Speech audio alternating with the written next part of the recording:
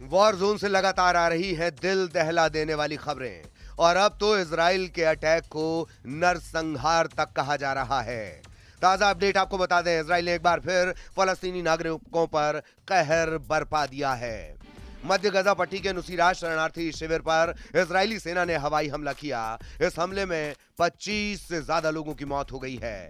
एक अपार्टमेंट को भी निशाना बनाकर हमला हुआ है। 8 फलस्तीनी मारे गए हैं। इन हमलों में बड़ी संख्या में लोग घायल हुए हैं, जिन्हें अस्पताल में भर्ती करवाया गया है। इजराइल हमेशा यह तर्क देता है, इस बार भी उसने वही कहा है। अपार्टमेंट में हमास के लड़ाकों के छिपे होने की खबर मिली थी और उसके बाद उसने ये हमला किया।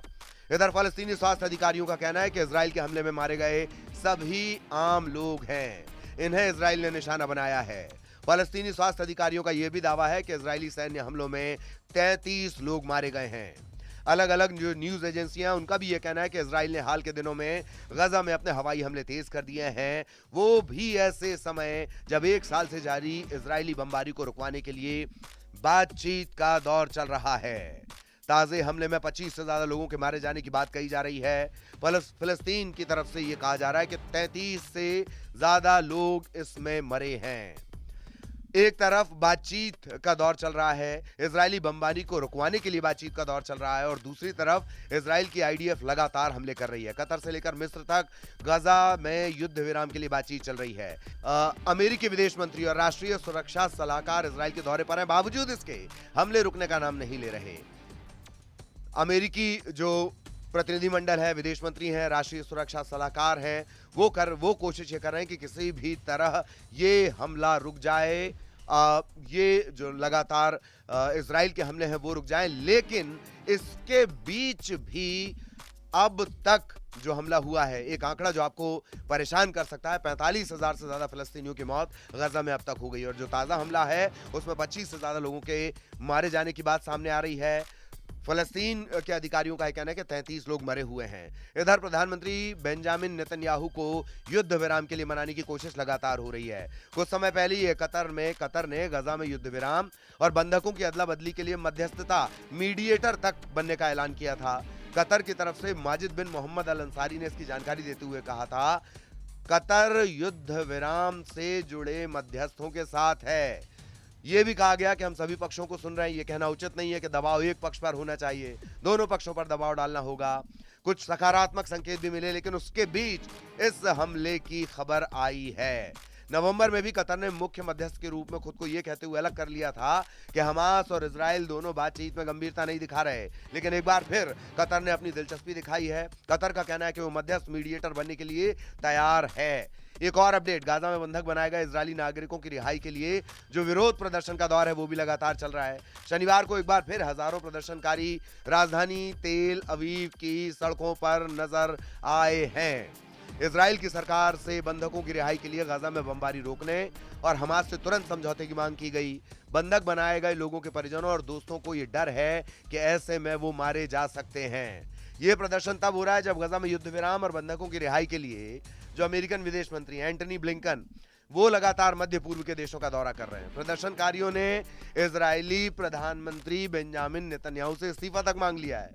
देश में आम चुनाव की मांग हो रही है। दावा यह है कि पीएम नेतन्याहू बंधकों को छुड़ाने के लिए कोई कोशिश नहीं कर रहे हैं, उन्हें अपने पद से इस्तीफा देना चाहिए। और इन सब के बीच गजा में एक रिफ्यूजी कैंप पर हमला हुआ, जिसमें 25 से ज्यादा फलस्तीनियों के मारे जाने की बात सामने आ रही है। इन सब के बीच नरसंहार का नाम किसने दिया है? नरसंहार का नाम दिया है पोप ने। गजा पट्टी में जो लगातार इजरायली हमलों, बच्चों की मौत हो रही है। रविवार को जो हमला हुआ था उसमें 5 बच्चों की भी मौत की बात सामने आई थी। इजरायली अधिकारियों ने हालांकि कैथोलिक चर्च के पादरी कार्डिनल पियर बटिस्टा पिज्जाबल्ला को गजा में एंट्री करने और ईसाई समुदाय के साथ क्रिसमस पूर्व प्रार्थना सभा की अनुमति दे दी थी। स्वास्थ्य मंत्रालय का यह कहना है कि गजा शहर में विस्थापितों को आश्रय देने के लिए जो स्कूल था उसमें भी हमले कर दिए गए, उसमें 3 बच्चों की मौत हो गई है। इजरायली सेना फिर वही दोहरा रही है कि हमास आतंकियों को निशाना बना रहा है। अल अक्सा शहीद अस्पताल के मुताबिक शनिवार को जो हमला हुआ था दीर अल बला में, वहां 3 महिलाओं 2 बच्चों समेत 8 की मौत हो गई थी।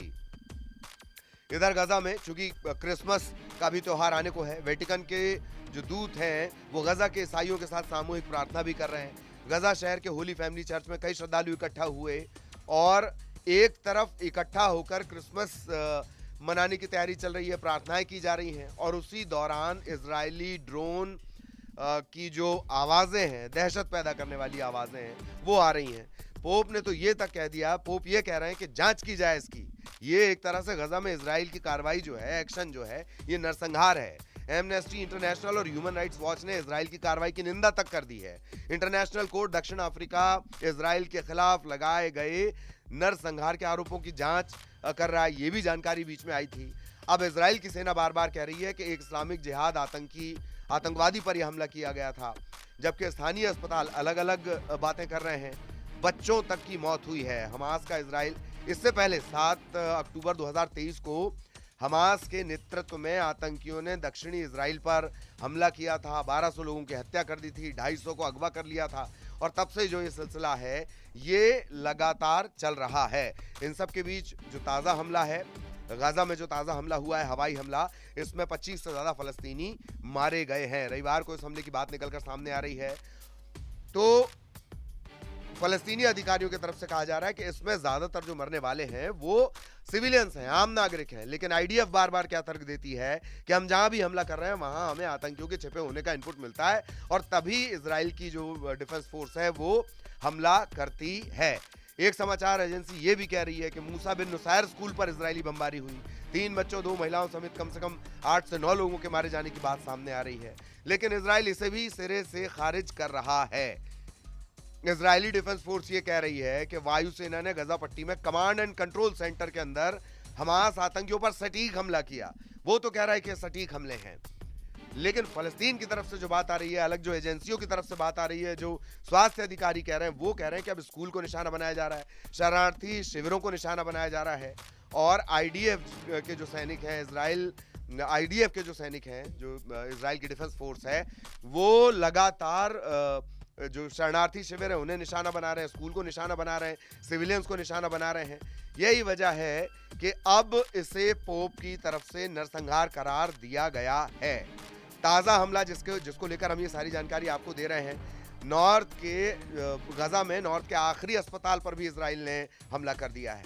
1 घंटे पहले इसने वार्निंग दी थी और 1 घंटे बाद इसने हमला कर दिया है। गजा पट्टी के उत्तरी इलाके में ये आखिरी अस्पतालों में से एक बताया जा रहा है। इसके लिए 1 घंटे पहले जानकारी दी गई, मतलब अनाउंस किया गया और उसके बाद हमला कर दिया गया। कई 100 मरीजों का अस्पताल में इलाज चल रहा है। अब मजबूरन इस अस्पताल को भी खाली करवाना पड़ा है। मैसेज के जरिए ये जानकारी मिली है, जो वहां पर मौजूद थे उन्होंने मैसेज के जरिए बाहरी लोगों को ये जानकारी दी कि अस्पताल बंद करने के आदेश को पालन करना यानी अस्पताल को खाली कर देना या बंद कर देना वो संभव ही नहीं है। मरीजों को निकालने के लिए पर्याप्त एम्बुलेंस नहीं है। ये पहली बार नहीं है कि इजराइल किसी अस्पताल को निशाना बना रहा है। शुरुआत से ही इजराइल कई अस्पतालों को निशाना बना रहा है। कोई पूछे तो कहता है हमारे पास हमास के आतंकी होने का इनपुट मिला था, आतंकियों के होने का इनपुट मिला था। अस्पताल को निशाना बना रहा है, शरणार्थी शिविरों को इजराइल की तरफ से निशाना बनाया जा रहा है। इजराइल की तरफ से जो स्कूल हैं, सिविलियंस हैं, अपार्टमेंट्स हैं, उन्हें निशाना बनाया जा रहा है। जब भी कोई सवाल उठता है, आईडीएफ की तरफ से तर्क आता है, इजराइल की तरफ से तर्क आता है कि यहाँ पर हमको आतंकियों के छिपे होने का इनपुट मिला था। शेल्टर तक सेफ नहीं है, ये आलम है। वॉर जोन में ये वॉर जोन से जो बड़ा अपडेट कि एक बार फिर इजराइल का हमला हुआ है और 25 से ज्यादा फलस्तीनियों की मौत हो गई है। आखिरी अस्पताल जो नॉर्थ का है, गजा में नॉर्थ में जो आखिरी अस्पताल है, उस पर भी हमला कर दिया गया है इजराइल की तरफ से।